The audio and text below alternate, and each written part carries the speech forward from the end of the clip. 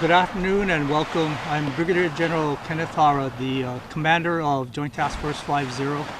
With me, I'd like to introduce Lieutenant Colonel Dan Williamson. He is the Deputy Commander for the Title 10 Active Duty Forces. And to my right, your left, is Lieutenant Colonel John Ishikawa. He's the Acting Deputy Commander for the Title 32 National Guard Forces. He'll be replaced with Colonel Neil Mitsuyoshi, who's arriving this afternoon about 6 p.m., arriving in Hilo.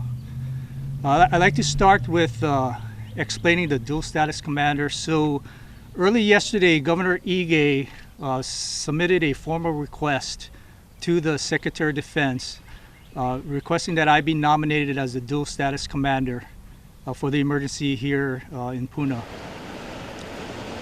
That request was initially verbally approved by the Secretary of Defense yesterday afternoon, and then I got the formal written approval this afternoon about noon today.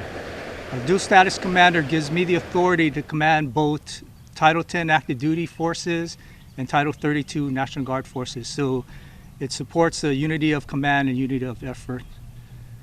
Joint Task Force 50, we currently have about 19 personnel that will assist me in planning for projected missions. Some of the missions we're anticipating is search and rescue, emergency evacuation, debris clearance, security. The Title 10 forces will only be a portion to the Joint Task Force 50 if there's a mission assignment that's given to the JTF that the National Guard forces cannot provide.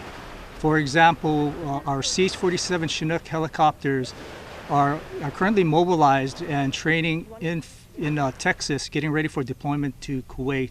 So that's a huge capability and capacity of rotary wing helicopter support that we no longer have in the National Guard. So to augment our UH-60 Blackhawks, we feel if we do a huge air evacuation that we might need the resources of the active duty, not just the Army, but also from the United States Marine Corps. So I think I'll leave it at that and open it up for any questions.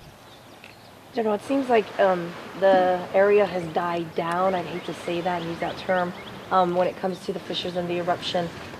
Do you feel like this is more of a plan should they pop back up, or a CO2 emergency, or what is it that this is really?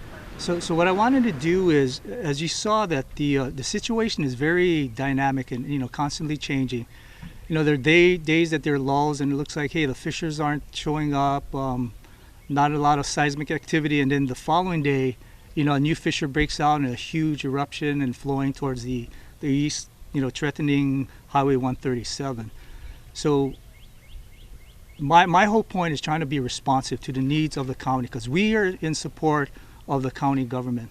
So they'll be submitting the request for assistance, and once that's vetted through the Hawaii Emergency Management Agency, if it's going to be a Title 10 active duty support, that will also be validated by FEMA and goes through the Defense Coordinating Officer, and then will be apportioned forces. So all of that takes time. Having the appropriate structure to plan and be able to respond to, should we get a mission assignment. If I don't have the personnel in place, we won't be responsive. General, are you in a position, could you give us an idea of what resources you could call upon? Can you reach into Kaneohe Bay, for example? Or what? Yeah, absolutely. So it's really dependent, because for the Title 10 forces, they're focused on the war fight.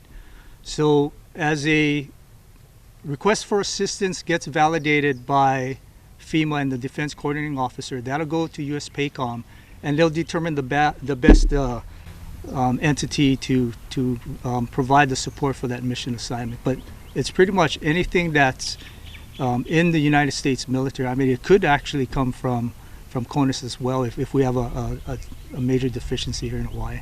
There might be some unique capabilities that neither US PACOM or the Hawaii National Guard has. So depending on the need, any resources theoretically in Hawaii are available to you? Correct. Plus. Okay. What's different in Hawaii from the other states is that when you have a shortfall and we do a request for forces to support a mission, generally the go-to for the National Guard would be through an emergency assistance compact from other states. But because we're in the center of the Pacific, the tyranny of distance, time and distance, our go-to is not through the EMAC or the Emergency Assistance Compact, but to work with U.S. PACOM, because it'll be more responsive again if we have assets here in the state of Hawaii. Now, obviously, most of the time there are troops that are up at Pohakuloa training at any given time. Do you know how many are there at this moment if you need them? What I was told is about 1,200 soldiers that are training there, and about 9 UH-60 helicopters. Those are the Blackhawks, or those? Correct. And how many Chinooks do you have at your disposal? Right now, I have nothing at my disposal. Like I said, what would drive the apportionment of forces to JTF 50 would be a request for assistance from the county through the state, FEMA, the Defense Coordinating Officer, and then they provide us the resources that we require. So there are CH-47s on Oahu. In fact, we use the CH-47s from the active duty for the Kauai mission. But I'm looking at what is the requirement. What's challenging for us is, what's going to be the number of, or the population that we need to evacuate by air. As long as the roads are open and there's a voluntary evacuation, we're working with the county to see really what the numbers are going to be. So unless there's something catastrophic, no notice, we're thinking we may not even need aviation support. General, can you say what kind of resources are on the ground from the Guard right now? Or maybe someone else needs to answer that. Right now on state active duty and a combination of our full-time force, I have 133 National Guard. On the Title 10 is just Colonel Williams in here, but we anticipate about 14 total, I believe, by Friday is what we're hoping for. And are those Guard troops here on the Big Island, or are you talking about statewide? That's here on the Big Island. Okay. Right. Working this emergency, basically. Correct. This situation. Correct.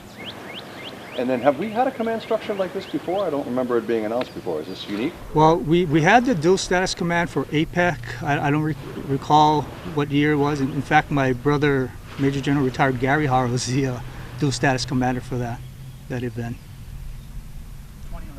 2011 was APEC.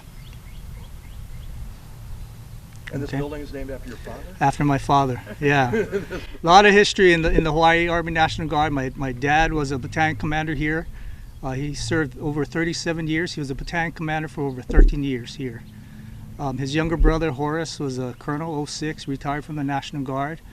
My oldest brother, Gary, a 2-star general. Number 2 brother, second oldest, command sergeant major, retired. First sergeant retired. And then now I got my son to join. So he's in the Hawaii Army National Guard and ROTC cadet at the University of Hawaii Manoa. Did he have a choice? I was going I would say he had a choice. To be honest, I was hoping he would join. I was trying to get him to join the Hawaii Air National Guard, but he told me, no, Dad, I want to follow in the footsteps. I was very proud of him.